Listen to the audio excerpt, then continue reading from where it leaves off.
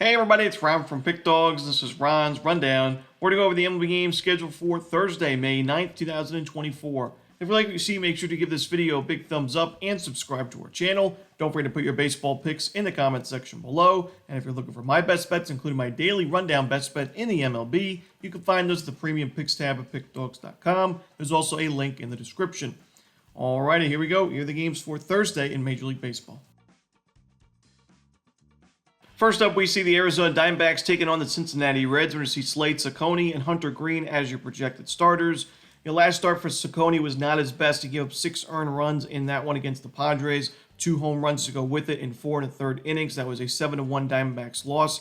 And with Arizona's current struggles against right-handed pitching, with Hunter Green pitching as well as he has, it's tough to get behind Arizona in this game, in my opinion. Now, Green is somebody that I'd much rather back when he's pitching on the road, similar to most Red starting pitchers than at Great American. Because he's on right now on the road, he's got 11 innings of 1-run ball with 14 strikeouts, a .82 ERA. But even at Great American, a 29 in the third innings, a 3.99 ERA is not too bad with 33 strikeouts, pretty low opponent's batting average, and only the 2 home runs given up. He's done a really good job so far this year at limiting the sharp contact and the home run ball, which was something that really hurt him in his rookie year. So give me the Cincinnati Reds on the money line in this one.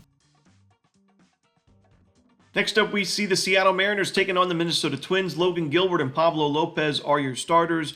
I think Pablo Lopez has been one of the more unfortunate starting pitchers in baseball this year. It's not all bad luck. He's given up some sharp contact, 6 home runs already this season, but I still think that his ERA is a little bit steeper than where he should be. I mean, when you look at the expected numbers, a 2.73 expected ERA, 2.88 xFIP, I think he's going to improve and continue to improve after, last game against the Red Sox, 6 innings, 1 run, 8 strikeouts against a solid team against right-handed pitching. And, this is a good spot for him in terms of the splits because he so far has pitched better at Target Field, and he's pitched better in day games in 29 2/3 innings in day games, a 3.03 ERA, 32 strikeouts, and that 3-1 record. So I think Lopez pitches well. Logan Gilbert, one of the hotter starting pitchers in baseball right now, he's got that ERA at 1.69. He's been very consistent, pitching well both on the road and at T-Mobile Park. In this spot, he's on the road, but last game was on the road against the Houston Astros.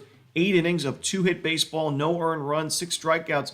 For an Astros team that has the lowest strikeout rate in baseball, having those 6 strikeouts, pretty impressive. I think Gilbert continues to pitch well. He's given up 2 earned runs or fewer in each of his last 5 starts. Give me the under here. You also got 2 really strong bullpens. Give me the under in Mariners Twins. Next up, we see the San Francisco Giants taking on the Colorado Rockies. Keaton Winn and Cal Quantrill are your starters. To me, I think there's value on the Rockies in this spot. Cal Quantrill, a 4.31 ERA at this point in the season for a Rocky starting pitcher is not too shabby. 4.76 at Coors Field, not too bad either. I mean, it's a very hitter-friendly ballpark. Quantrill does a good job at limiting sharp contact. He's a pitch-to-contact guy, but his last game he had 9 strikeouts in 7 2/3 innings against the Pirates. So, to me, when you look on the other side, Keaton Winn, not a lot of Coors Field experience. He had 1 game there last year, wasn't great. 4 innings, 3 runs in a 9-5 Giants loss to the Rockies. And Wynn's coming off his worst start of the season, by far. In his last game against the Phillies, he wasn't able to get out of the first inning. 4 base hits and 5 earned runs with 2 walks, 40 pitches in those 2/3 of an inning, and a 14-3 Giants loss. So while he's been, before that, the Giants won a 3-game win streak when Winn was on the mound. I still don't love him in this spot at Coors Field. I'm going to take the Colorado Rockies on the money line here, getting a great price. Next up, we see the Houston Astros taking on the New York Yankees. Ronel Blanco and Marcus Stroman are your starters. Ronel Blanco has been very sharp this season in the Astros rotation, 3-0 with that 2.09 ERA. We know his start to the year was really impressive. His spring training was excellent. He comes in, throws a no-hitter in his first start of the year, follows it up with a few really impressive outings. But now recently, we're starting to see him give up some more sharp contact, giving up 4 home runs in his last 3 starts combined, including 2 of them in his last game against the Mariners.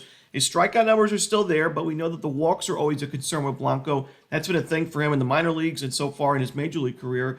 And now you're facing a very patient lineup of the New York Yankees with one of the highest walk rates against righties this year, and just a talented lineup in general against right-handed pitching. We saw what they did against Justin Verlander in the first game of the series. At Yankee Stadium, I worry about Blanco in this start, but I'm also a bit worried about Marcus Stroman, who is also not in great form. His last game, 5 walks. The previous game, 5 walks. The control is off right now, and he's also giving up sharp contact. He didn't give up a home run last game, but he gave up a home run in the previous 4 starts.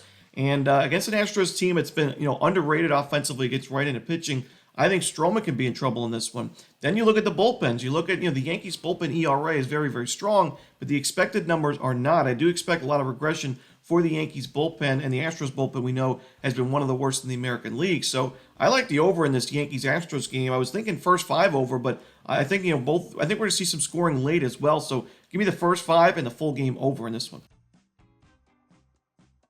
Next up, we see the Cleveland Guardians taking on the Chicago White Sox. Ben Lively and Eric Fetty are your projected starters. Ben Lively so far this year has an amazing strikeout rate at 9.97 and much higher than what we're used to seeing from him in his major league career. But I don't think it's going to be the case for too much longer. When you look at the chase and whiff rate for him, they're well below league average, especially chase rate, bottom 6th percentile in baseball. So I don't think he's going to be able to rely on these missed bats for very long. I do expect regression in his game. Eric Fetty was not his best start last time out against the Cardinals, but it was still a win for Chicago in the end. The White Sox have now won 3 of his last 4 starts, so pretty impressive for a team that's got one of the worst records in baseball. To me, I think the value, if there was a spot in this series where I'd like the White Sox to grab a W, this would be the game. I think the value lies with Chicago here, so give me the White Sox on the money line. Next up, we see the St. Louis Cardinals taking on the Milwaukee Brewers. Lance Lynn and Tobias Myers are your starters. Myers struggling with that ERA above 6, and when you look at the numbers, his ERA is already steep, but despite a very low BABIP at 206, if you already got that steep ERA and your batting average for balls put into play is also low, just not a lot of room for improvement, in my opinion.